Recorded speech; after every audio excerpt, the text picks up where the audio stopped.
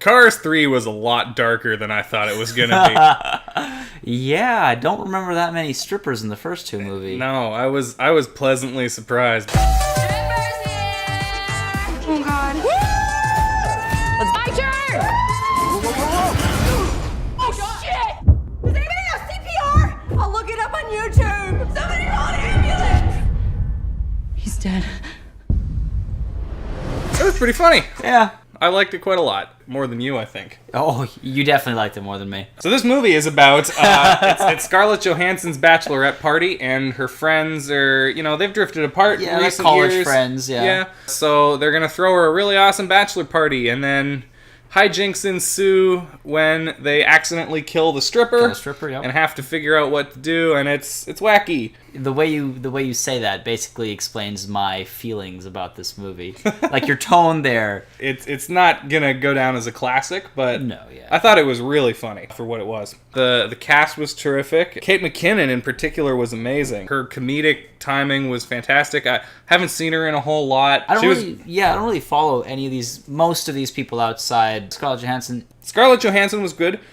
She's a little more subdued than the rest of the cast. She plays pretty much the straight man. She's a straight man, yeah. Who plays off of the the zanier other characters. Right. The guy who played her fiance was great as well. I don't recognize him from anything. Yeah, I felt like I saw his face before. He looked familiar, but I don't. Yeah, not a clue though. Jillian Bell was great. She was the bridesmaid. She's on Workaholics. Right. She was really funny. She's the one who actually kills the stripper in the trailer. Right. The other two friends were funny too. I don't know either of their names. I don't believe I've seen them in anything either.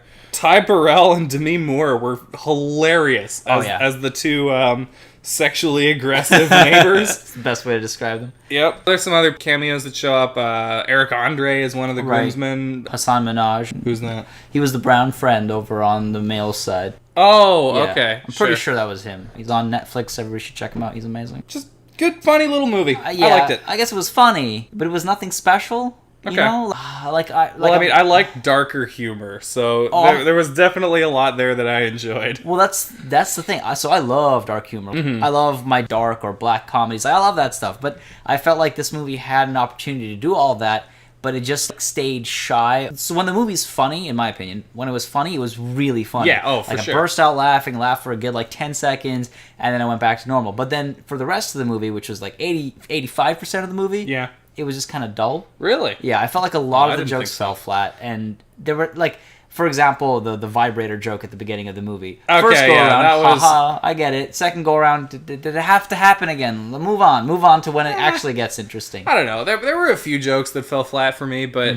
I think the vast majority of them hit. I was laughing more often than I wasn't. Okay, well that's good. Yeah, it didn't feel that way for me. The biggest flaw in the movie is that its biggest differentiator it didn't take advantage of, and so I felt like I've seen this movie before. What do you mean? So what's its biggest differentiator? Well, they killed a stripper. Oh, right, yeah. Yeah, and they spent so little time on that. Technically, the whole movie is about how do we get rid of the body, right? But it only came up in two different ways. There was this guy in Australia who cooked his girlfriend and ate her. Ew. I can't because I am vegan, but... That's where it could have really been funny. They said, okay, here's plan A for getting rid of the body, here's plan B for getting rid of the body. Okay. And then for some reason we're seeing what the groom is going through at the same time, which is funny. Yeah. And don't get me wrong, it's funny. The juxtaposition between what the groom and all of the groomsmen were doing versus the madness of the bachelorette party. That stuff was funny. I mean, that was all good, but I just felt like I've seen that countless times before. I've seen that in every movie that's about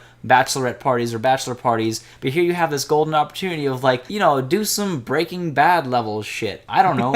There's so much you could do with a dead body that you have to hide.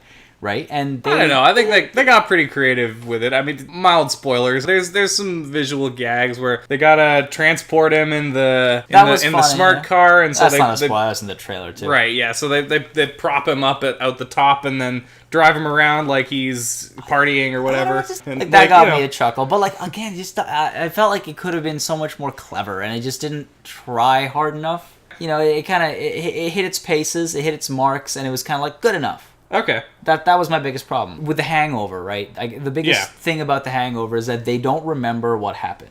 And yeah, that's the gimmick. And then the whole movie though is about filling out the spaces, and whether it's Mike Tyson's tiger or the tattoo or whatever the hell it is, or the chipped tooth, it's all about that missing however many hours. And this movie felt more about the friendship than it did about the dead stripper. Yeah, but I think I liked it a lot in that way, because all of the main cast members, except really Kate McKinnon, actually, now that I think about it, kind of got an arc. All 4 of the main girls did. Yeah. I did appreciate that it took the time to develop the characters as opposed to just putting funny comedians and Scarlett Johansson into funny situations. So it's funny you say that the characters had arcs, because it's true, but they were also super predictable. Like, everything about this movie was predictable. It's not trying to break the mold, but I know, for what it was, I thought it was pretty damn good. Right. I guess that's my issue with it. It's just, it wasn't bad. It was fun, but it was just good enough. It's a fun movie. Would I ever watch it again? No. I don't think I'll ever watch it again, but I did enjoy the watch quite a lot while it was there. Yeah. I definitely don't regret watching it. Would you recommend it? Wait until that's out on Netflix, Okay. Then get some wine and some bread. And sure. Get your girlfriends. Netflix and chill with it, It's that kind of a movie, I think. All right. I'd say you could probably go either way with this movie. Yeah. If it's discount movie night or something, you could grab some friends and go have a laugh.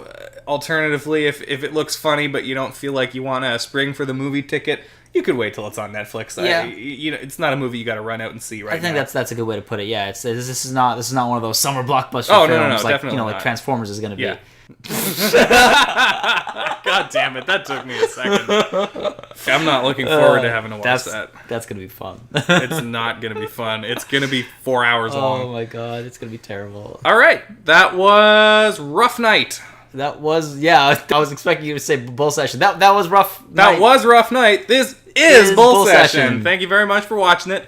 Please be sure to like and subscribe to our channel. Don't like to the channel, but subscribe to it and like the video. Check out these other videos, maybe, if you are so inclined. And if you happen to watch the movie, drop a comment. Let us know what you thought about it. Yeah. Take care. Until next time. What's going to be next time? God damn it, we actually have to fucking watch Transformers next time.